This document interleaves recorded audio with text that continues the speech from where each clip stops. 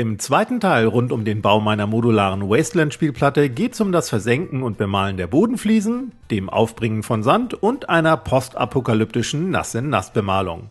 Passend zu Settings wie zum Beispiel Warhammer 40k, Kill Team, Necromunda, Fallout oder Szenarien in einer weit, weit entfernten Star Wars-Galaxis. Und damit moin moin und herzlich willkommen zum TWS. Im ersten Teil hatten wir ja die Unterkonstruktion aus MDF und Holzleisten gebaut, um darin 5 cm hohe Styroporplatten zu versenken. Doch bevor diese Styroporplatten nun eingeklebt werden, könnt ihr ganz nach Geschmack noch Bodenfliesen einarbeiten. Das lockert die späteren Sandflächen nicht nur auf, sondern sorgt dank des bündigen Versenkens für echtes Wasteland-Feeling. Dafür braucht ihr natürlich Fliesen. Ich hatte zunächst meinen gesamten Vorrat an 40k-Fliesen und Plattformen zusammengetragen, doch leider reichten die Bauteile nicht aus. Und da es die Fliesen leider nicht einzeln oder in Sets zu kaufen gibt, habe ich mir für dieses Projekt ausnahmsweise eine Silikonform gemacht und sie einige Male mit Modellbaugips gefüllt. Danach habe ich mit den Fliesen verschiedene Grundrisse auf 2 meiner 3 Styroporsegmente gelegt, bis mir die Anordnung und Kombinationsmöglichkeiten gefielen. Die Ausrichtung der Fliesen ist übrigens ganz bewusst etwas gekippt gewählt, denn rechtwinklig zu den Spielplattenrändern wäre es deutlich langweiliger. Anschließend werden die Umrisse zur Sicherheit kurz markiert, um das Styropor zunächst grob und dann entlang der Fliesenkanten auszuschneiden. Denn da der Draht nur das Styropor und nicht den Gips schmilzt, bekommt man exakte Umrisse. Dafür einfach nur die Fliesen auf das Styropor drücken, dann an den Rändern entlang schneiden und fertig. Damit diese herausgeschnittenen Styroporteile gleich senkrecht unter den Heißdrahtschneider passen, müssen sie gegebenenfalls noch einmal durchgeschnitten werden. Denn der Heißdrahtschneiderbügel lässt ja nur eine Bauteilhöhe von maximal 14,5 cm zu. Entsprechend der Höhe eurer Fliesen stellt ihr am Heißdrahtschneider nun die Schnittbreite ein. Zieht dabei allerdings ca. 1 mm ab, um so die Höhe des später aufzutragenden Sandes mit einzubeziehen. Danach werden alle Styroporteile um dieses Maß gekürzt und dann wieder zusammengeklebt, um anschließend die Fliesen aufzukleben. Danach klebt ihr die übrigen Styroporteile in eure Rahmen und füllt die Ecken mit gekürzten Reststücken vom Plattenzuschnitt aus dem ersten Teil auf. Rührt nun Spachtelmasse an, um die Übergänge zwischen MDF und Styropor und auch die leicht raue Oberfläche des Styropors zu glätten. Lasst dann alles gut über Nacht durchtrocknen. Als nächstes werden die Bodenflächen mit einem Erd- oder Sandbraun bemalt. Das geht am schnellsten mit einer Farbrolle aus Schaumstoff.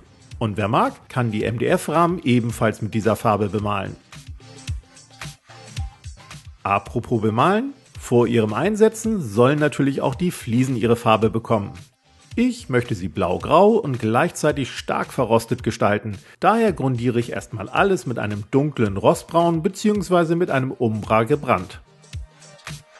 In ein Blau mische ich nun etwas Mittelgrau, um diese Farbe dann mit einem Schaumstoffstück hier und da aufzutupfen. Für Highlight-Tupfer helle ich das Blau anschließend mit Hellgrau auf. Danach folgt das Auftupfen von Rosteffekten mit einem Mix aus Rostbraun und Orange, das ich schrittweise mit weiterem Orange aufhelle. Übrigens, ein ausführliches Rostbemal-Tutorial habe ich euch oben verlinkt.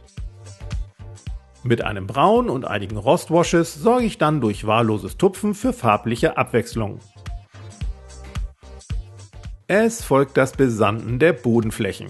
Als Kleber verwende ich dieses Mal Krauttack von Krautcover Scenics, da dieser Leim auch noch nach Stunden extrem klebrig ist und ich mich so beim Einstreichen nicht beeilen muss. Ein ausführliches Review zum Krauttackkleber habe ich euch ebenfalls oben verlinkt. Seid ihr mit dem Einstreichen fertig, könnt ihr endlich die Fliesenbauteile in die passenden Öffnungen kleben, um dann mit dem Besanden zu starten. Ich nehme wieder einmal gesiebten Terrariumsand, weil dieser bereits eine passende Ockerfärbung hat. Den Sand gieße ich dabei durch ein Sieb, was eine gleichmäßigere Verteilung bewirkt und auch Sand einspart. Danach muss der Sand aber unbedingt noch gleichmäßig mit zum Beispiel einer Bastelunterlage angedrückt werden, damit ihn der Krauttackkleber optimal aufnimmt.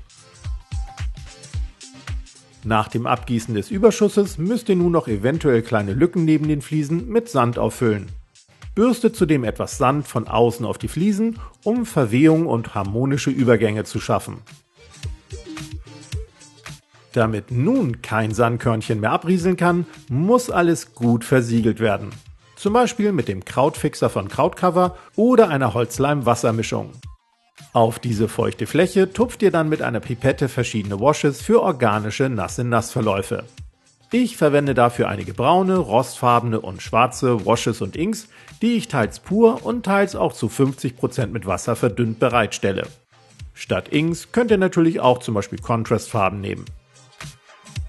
Schaut nur, dass ihr eine reichliche Auswahl an Farbtönen und Deckkraft habt, damit die Tupfer eine chaotische Mischung aus Dreck, Rost und sonstigen Ablagerungen ergeben. Und wenn eine Farbe doch mal zu deckend ist, sprüht zum Verdünnen einfach noch etwas Fixierer drauf. Ist nach etwa einem Tag alles getrocknet, bürstet die Flächen zunächst hier und da mit einem Hellgrau und dann überall mit einem hellen Sandton trocken. Danach wären diese beiden Wasteland-Segmente dann auch schon spielbereit. Im nächsten Teil geht's nahtlos mit dem dritten Segment und dem Anlegen einer Schlucht weiter. Bis dahin viel Spaß beim Basteln und Bemalen und wir sehen uns im nächsten Video. Bis dann!